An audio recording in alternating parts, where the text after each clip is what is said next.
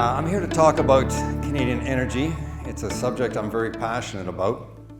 But before I start, I'd like to give a bit of a shout out. I'd like to thank the rest of Canada for what they've done to build Alberta. We never would have built this province without the input and the help from the rest of the country. We received pumping equipment from British Columbia, carbon sequestration technology from Saskatchewan, firefighting equipment from Manitoba. We get tubular steel from Sault Ste. Marie. We get construction steel from Hamilton. We get buses from Quebec. We never would have built this province to what it is today without help from the rest of the country. I'm an Albertan. I'm a very proud Albertan. And as an Albertan, I'd like to thank the rest of the country for their help and what they've done for us to build this province. I'd also like to thank the workers of this country. They've moved here by the thousands, the tens of thousands.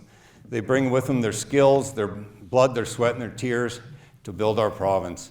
We'd never build our province if it wasn't for the help of Canadians from coast to coast to coast.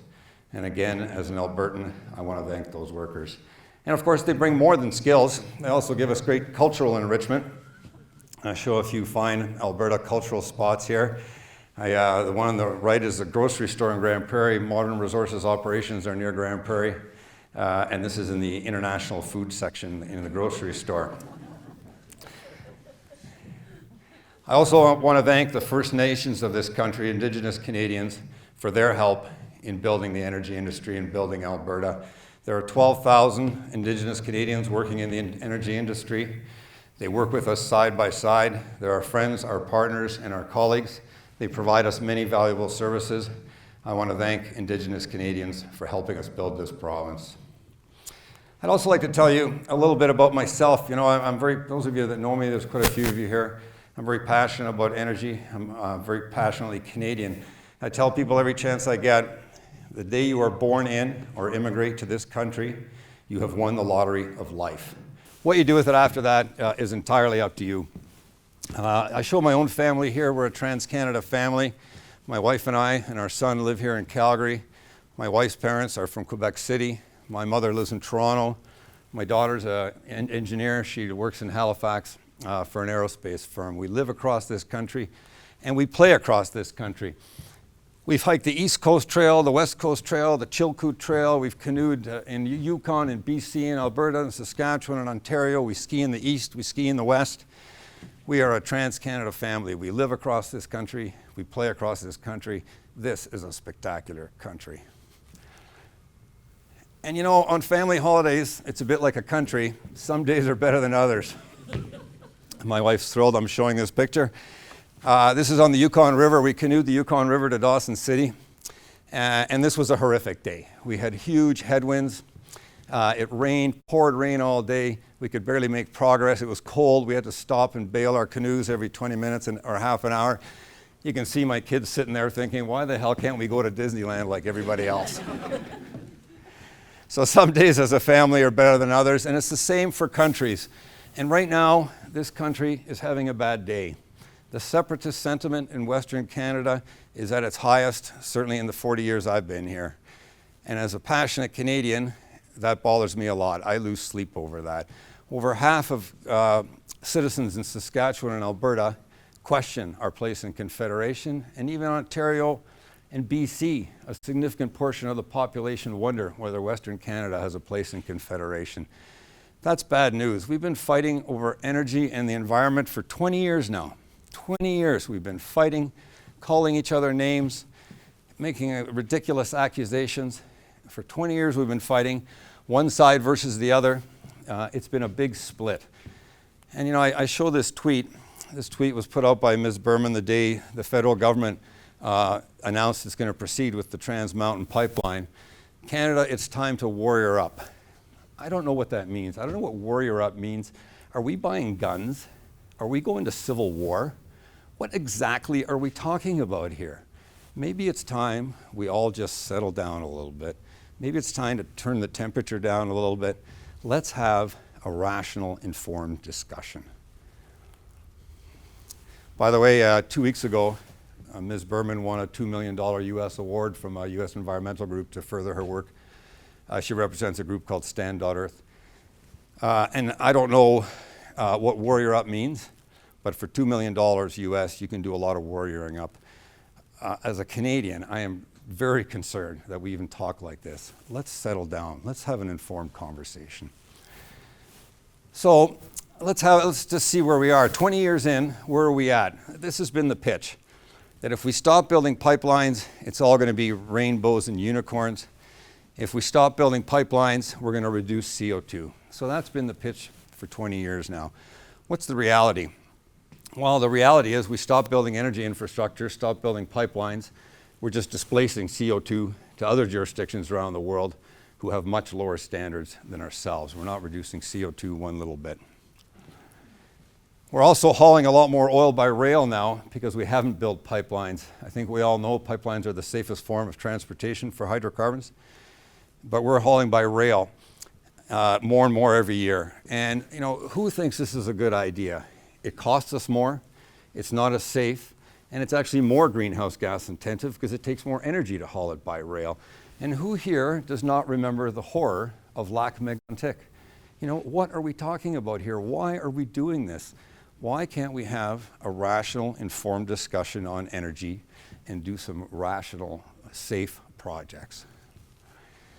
And of course, it's costing this country, and when I say this country, I don't mean Alberta, I mean this country, billions of dollars a year in lost revenue, lost employment, lost manufacturing, as capital escapes the country and starts investing elsewhere because they're so frustrated with what's happening here in Canada.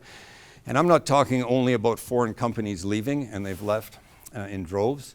I'm talking about our own Canadian companies have given up on Canada and are investing elsewhere. TC Energy bought Columbia Gas in the States, Enbridge bought Spectra in the US. Mining companies are investing elsewhere. I had breakfast last year in Toronto with the president of a large Canadian mining company, and he told me that his company is spending $3 billion this year on exploration and development, not 1 cent in Canada, and it's not the rock. He said, I just can't get anything done, so we're spending our money elsewhere. And of course, we're selling our product at our discount. We get a huge discount here in Western Canada for the oil that we're selling to the United States for natural gas. And at the same time, we're importing oil in Eastern Canada at world prices. For which Canadian does that make sense? It's absolute madness. Why are we causing us such economic hardship and lack of opportunity? Let's have a rational discussion. And of course, government revenues are dropping because of the decimation of the energy industry in Western Canada. And of course, government revenue dropping means schools, roads, hospitals. This has a direct impact on all of us. I show Alberta here, but it's true across the country. Selling our resources at a discount does not serve any Canadian well. And unintended consequences, you know, the opponents to our industry, I'm sure this was not an intended result, but sometimes you get unintended consequences. Because we're selling our oil and natural gas at such severe discounts to world prices here, companies are failing. And the wells that they had now are going into the orphan well fund, wells that have no viable owner. 4 years ago, we had 162 wells in Alberta that had no viable owner. Today, we have almost 8,000. And I'd hazard a guess, a year from now, it'll probably be double that again, if not more. Why are we doing this to ourselves? We don't have to do this. So let's look at where we're at, 20 years. 20 years ago, 1997, a little more than 20 years ago, the world emitted 24 gigatons of CO2. And then we signed Kyoto, we went to 31. Then we signed Copenhagen and Paris, and today it's about 36 gigatons of CO2. And of course, Canada has a role in that too. We're a contributor all along the way. We emit about 600 megatons, so 0.6 gigatons of CO2 here in Canada. And of course, there's great pressure to reduce that and reduce greenhouse gases. And for the record, I am all for that. I do believe in climate change. I think we have to do something about it. And as a responsible, developed country, we do have to do something. But let's keep things in perspective. This is global emissions, and I show Canada there. We're about 1.6%, and I'm not talking about the energy industry, I'm talking about the country. So this is driving our cars, flying planes, this is every industry in the country, manufacturing, agriculture, forestry, oil and gas. We're 1.6%. So we have to keep that in perspective. And what's happened over the last years? Well, in the last 10 years, China has increased their emissions by 3 gigatons, so that's 5 Canadas in the last 10 years. India has increased their emissions by 2 Canadas in the last 10 years. So while we're sitting here fighting amongst ourselves, decimating the energy industry, other countries are still increasing their emissions because, of course, their people are living in poverty and they're trying to get them out of poverty. Much of this is, of course, the use of coal in electrical power generation. At the same time, the European Union is making some progress. They reduced their emissions by basically 1 Canada, and the United States by 900 megatons, a Canada and a half. And not many people know this. You know, the U.S. is under a lot of criticism. They're threatening to pull out of Paris. Last week or 2 weeks ago, Trump relaxed emission standards on cars.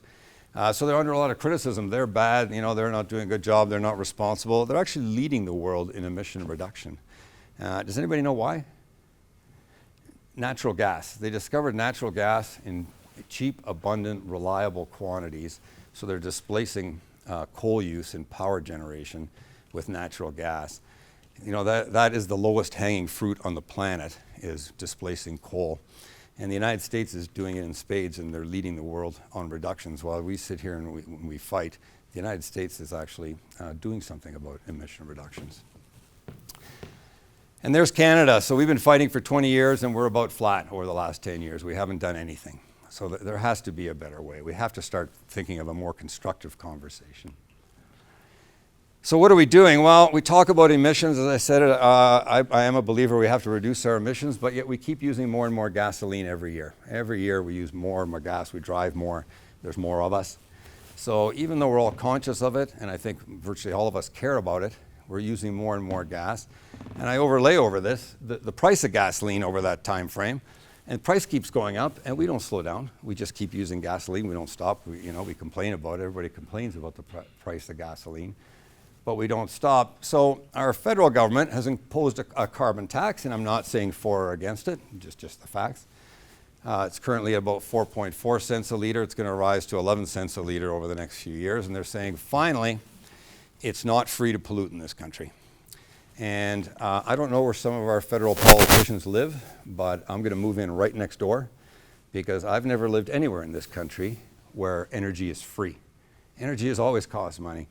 And, you know, whether it's 4 cents or 11 cents a liter, to say that, you know, we're going to charge a carbon tax and people are going to get responsible because now it's going to cost them is madness. In this 20-year period, we've increased the price of gasoline, the equivalent to $300 a ton, 70 cents a liter, yet we keep using more and more gasoline. We're not slowing down at all. And, you know, I show this picture in Toronto of the 401, but I could have shown the Deerfoot or any other highway across the country. Everybody's familiar with this scene. People are concerned about emissions, always pointing at the other guys, what they should do, and we continue to drive. You know, we have some politicians, federal politicians, who are saying Canada is going to be off hydrocarbons by 2050. By the way, 2050 sounds like a long time. It's only 31 years from now. Like 31 years ago, it was 1988. So Calgary had the Olympics. You know, it wasn't that long ago. And think of 1988 to today in terms of your energy use. It really hasn't changed that much. But they're saying in the next 31 years, we're going to be off hydrocarbons.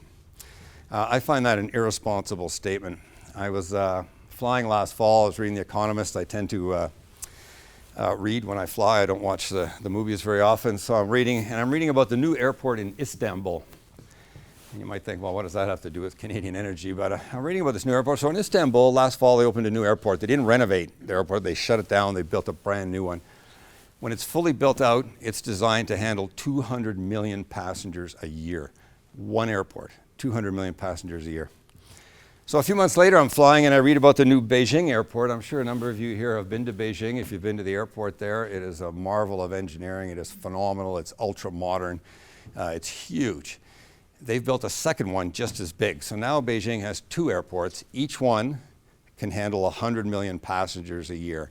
So here we have 2 cities. Forget the rest of the planet for a minute. We have 2 cities, 400 million passengers a year, 1.1 million passengers a day out of 2 cities. On what planet are we getting off hydrocarbons? We're going to be using hydrocarbons for a long time. We have to use them responsibly. I'm all for a low carbon world, but there's no such thing as a no carbon world. A low carbon world is not a no carbon world. There is no alternative to fossil fuels, hydrocarbons for many things. So the same is true in Canada. In the last 10 years, we've increased our flights, our passenger air traffic by about 50%. And as we sit here today and we talk about energy, Vancouver is currently in the middle of a $9 billion, that's with a B, $9 billion 20-year expansion of their airport to ensure they can get more planes in and out of Vancouver. And I was in Vancouver last Monday. I was up at Whistler. I was speaking there. And when you go to the airport there, everybody who's been there, lots going on, cranes, lots of construction. As we sit here today and speak, they're building a pipeline from the Fraser River, 13 kilometers to the airport. They bring in jet fuel by barge, and they're going to put it through this new pipeline to the airport. And of course, there's been a lot of opposition to pipelines in British Columbia. But in the middle of Vancouver, they're building a 13-kilometer pipeline. So I went to their website of the Airport Fuel Facilities Corporation and saw these great quotes here that the project will allow for safe and securable, reliable supply of fuel for the long term. And the project will have a smaller environmental footprint than the current system, which is transporting by trucks to the airport. And so I thought this was very insightful. And it's good to know that in Vancouver they're aware of this. I was going to share it with TC Energy and Enbridge and Kinder Morgan because they should tell people this, because that's exactly what they're trying to do. And so it's kind of madness. And you know, we just had Bill C-69 passed, so we have our new Canadian energy regulator. I would propose we scrap the new Canadian energy regulator and we have the Vancouver Airport Fuel Facility Corporation in charge of our national energy infrastructure, because clearly they understand the benefits of pipelines. Just an idea. So same here in Calgary, by the way. We just finished a $2 billion expansion of our airport, the tunnel, the new runway, the new terminal. And same in Montreal, $2.5 billion expansion so they can bring in more and more flights. You know, these national, some of these federal politicians make these great statements, we're getting off hydrocarbons. You know, that's an irresponsible statement. We're not getting off hydrocarbons. We are going to be using hydrocarbons for decades to come. Doesn't mean we don't have to be more responsible, but we're going to be using hydrocarbons. So renewable energy, I absolutely love this stuff. I'm a bit of an energy geek, and I find that renewables are just fascinating technology. It's hard to keep up with it. It's changing so quickly. My wife and I, she's sitting right here, we're in Palm Springs in May. We'd never been there before. We went down for a 4-day long weekend. And so it was Jocelyn's birthday. So the weekend was all about her. Clearly money was absolutely no object. So of course I took her for a tour of the wind farm facility. You know, sometimes Jocelyn feels so lucky she has to pinch herself to make sure it's all real. But we did go on a tour of the wind farm facility, and this is great stuff. There's 4,000 wind turbines, by the way, in Palm Desert. It's really something to see. So I show this graph here because on March the 19th, 2017, between 2 and 3 in the morning, 22% of Alberta's electrical demand was fed by renewables, mostly by windmills, of course. And so that's pretty impressive. 22% of Alberta's electrical demand was met from renewable energy. So fast forward 7 hours, okay? So now it's 9 to 10 in the morning. We're all turning on our computers and making coffee and using more energy. At 9 to 10 in the morning, 3% of our energy was from renewables because the wind died down. So renewables are great. It's a great add-on, but we can't use renewables on their own because you need a base load. You need a reliable base load.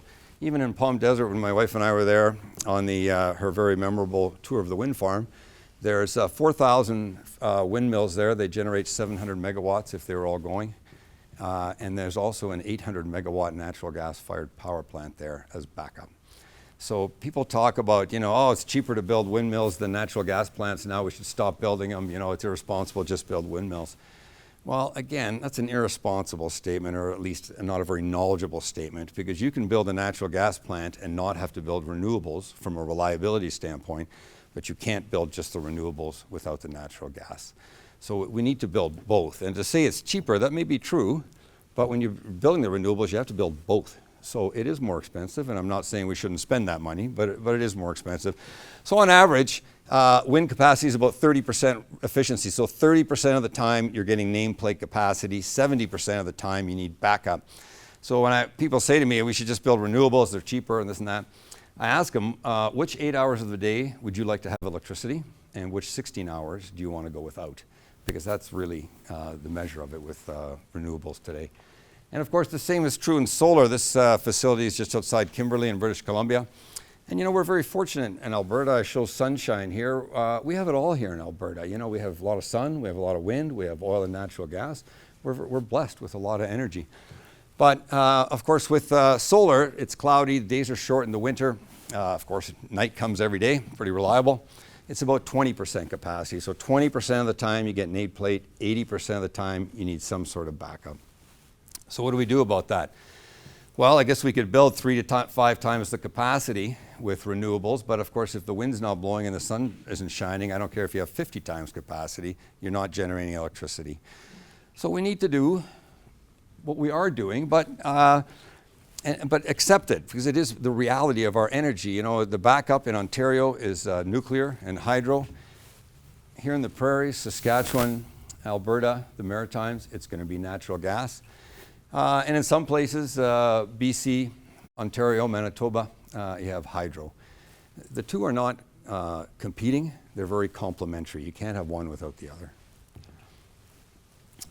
So let's say we followed some of these politicians and we said we're going to a zero emission country, a zero emission economy. What would we have to do? Well, we would have to replace 36 gigawatts of thermal generating capacity in Canada right now. So that's 6 times James Bay. We'd have to build 12 WAC Bennett dams. It's 1.4 times the generating capacity of Western Canada. It's 6 Bruce nuclear power plants. If we're really going to get off of any kind of hydrocarbons for power, we're going to really have to start spending, and we're not going to build this here in the next few years. And we'll also have to replace 25 million vehicles, so that means every vehicle sold in Canada from today forward for the next 12 years would have to be an electric vehicle. Last year it was 2%. We'd also have to replace about $160 billion of gross domestic product and almost 200,000 jobs. So that's, in terms of gross domestic product, 10 times the auto sector, 20 times the aerospace sector, almost 20 times broadcasting, publishing. And here's what we would accomplish. This is Canada's contribution to global emissions, shown to scale to the rest of the world. So it's 36.2 gigatons altogether. Canada's 0.6 gigatons. So that's the situation today. If we meet Paris, this is what the chart will look like. That'll be Canada's contribution relative to the rest of the world. If we actually go to a zero emission economy, and by this, again, I'm not talking about the energy industry, I mean we shut the country down. We don't heat our homes, we don't cook our food, we don't manufacture anything, we don't make any food, we don't mine anything, we don't cut down any more trees. This is what the global emissions chart would look like. Can anybody see the difference in any of those? I'm not saying Canada doesn't have to do better. We do. We're a well-off developed nation. But again, let's have an informed conversation and keep things in perspective. Why are we going to decimate this country when even if we shut the country down, this is what we'd accomplish? Let's keep things in perspective. So capital matters, and capital is not, again, only the energy industry. This is investment in manufacturing, in high tech, in our schools and hospitals and infrastructure. Capital coming into this country matters. And of course, the debate here has been mostly pipelines and LNG. So what's happened? You go back 10 years, we had, over this 4-year period, about an $11 billion influx of capital into Canada. So this is capital coming into Canada to develop infrastructure, develop projects that benefit all Canadians. It provides jobs, it provides tax revenue. It's what sustains us, and we're not a very populated country. We need foreign capital to develop this country.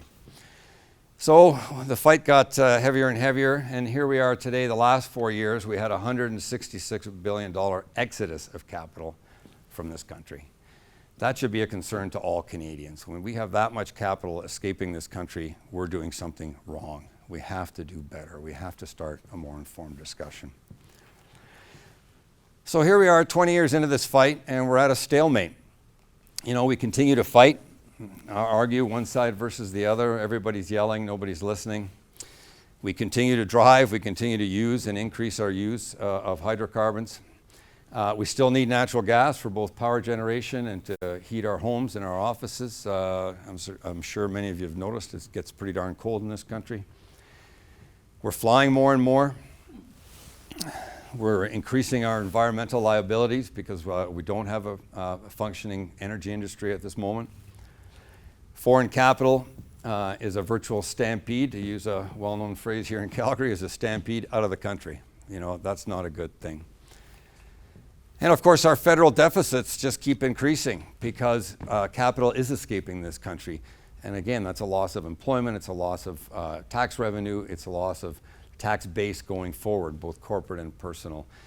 You know, we are feeling these things. As a passionate Canadian, it really bothers me that 5 or 10 years ago, companies were begging to spend money here in Canada building projects, begging. They wanted to spend billions and billions of dollars to build world-class infrastructure for the benefit of this country, and we chased them away.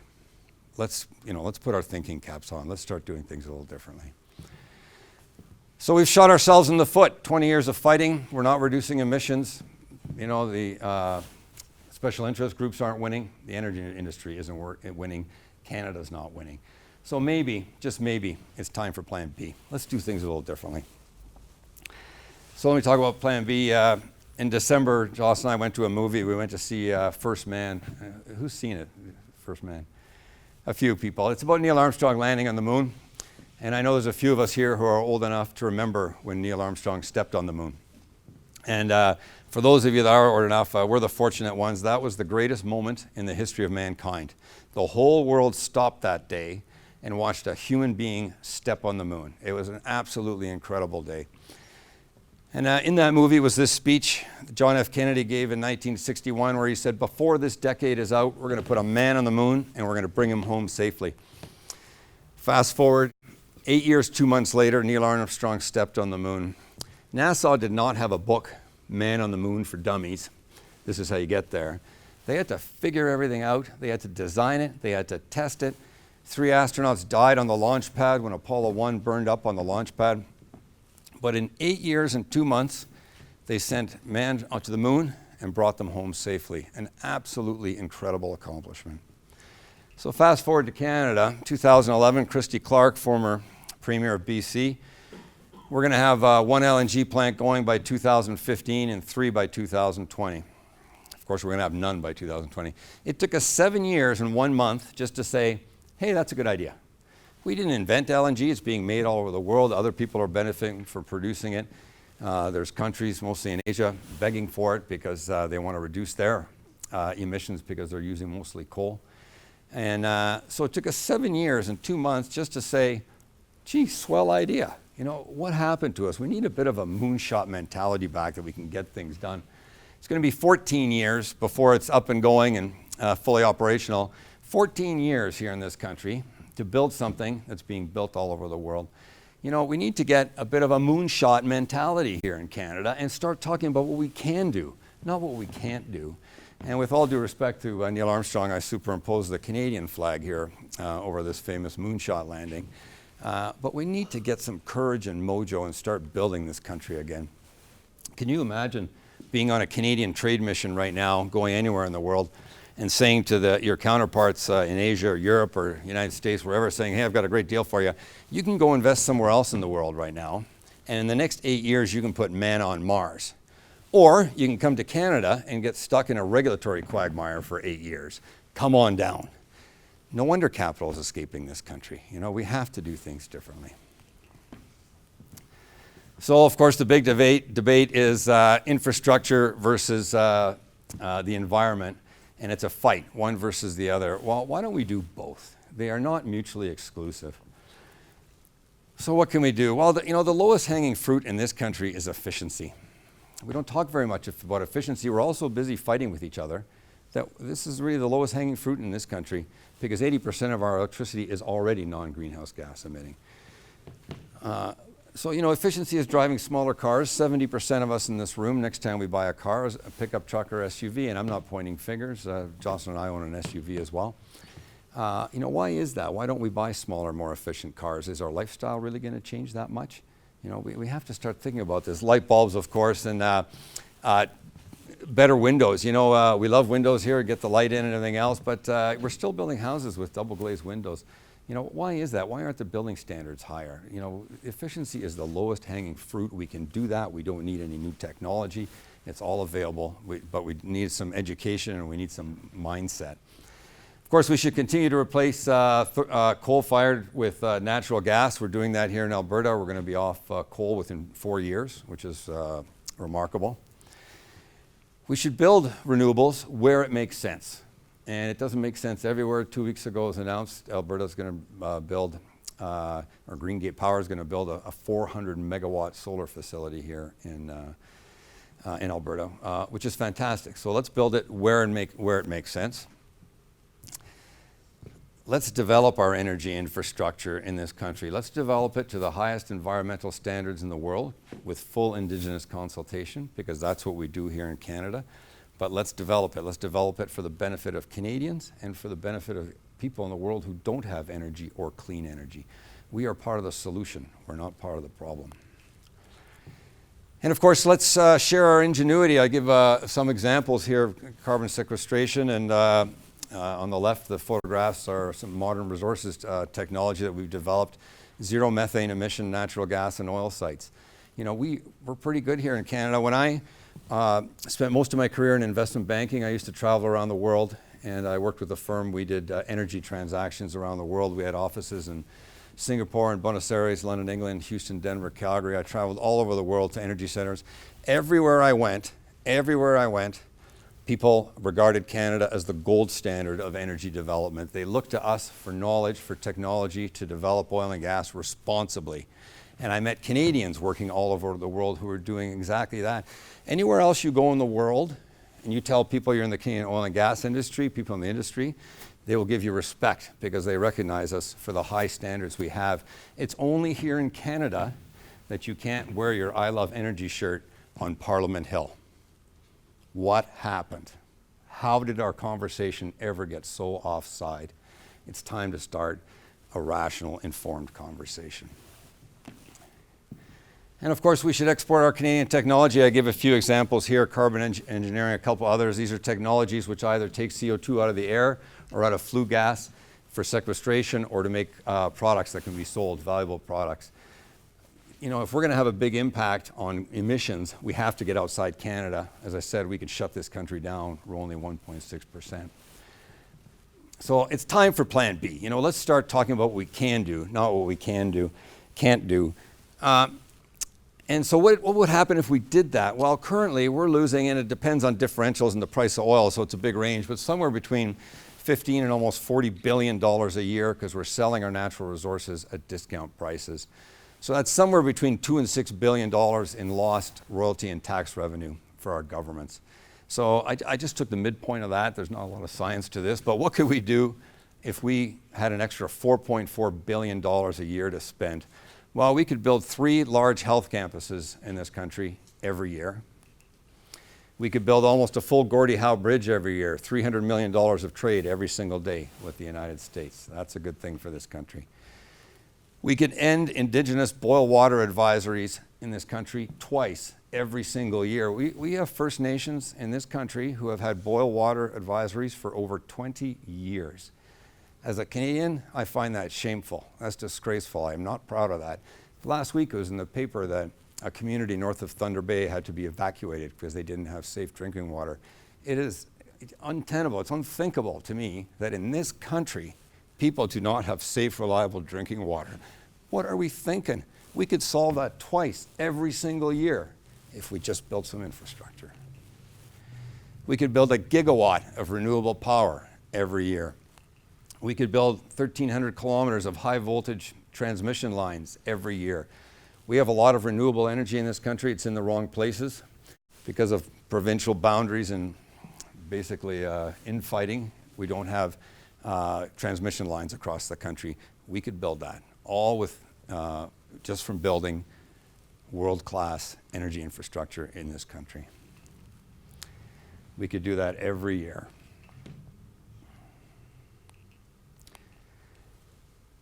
So that's Plan B. You know, we've been doing Plan A for 20 years now. We're breaking this country apart. We're fighting.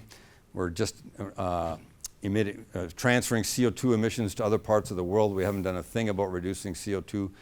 We're decimating the Western Canadian economy. We're causing harm to the entire Canadian economy. All of Canada benefits. When we have a strong energy sector, all of Canada benefits. So maybe it's time for Plan B. You know, let's bring this country back together again. Let's start acting like a country. We've been bickering so much about regional interests. It's all about me. I don't care about you. We're a country. We are a single country from coast to coast to coast. Let's start acting like a country and start building this country again. We would be much stronger as a country if we started to have a rational conversation and started building this country again. The problems we have in this country are made here in Canada, by Canadians, on Canadians. We can solve them here in Canada. We don't need anybody else's help. I wish everybody here nothing but rational, informed conversations, and I want to thank you for your time.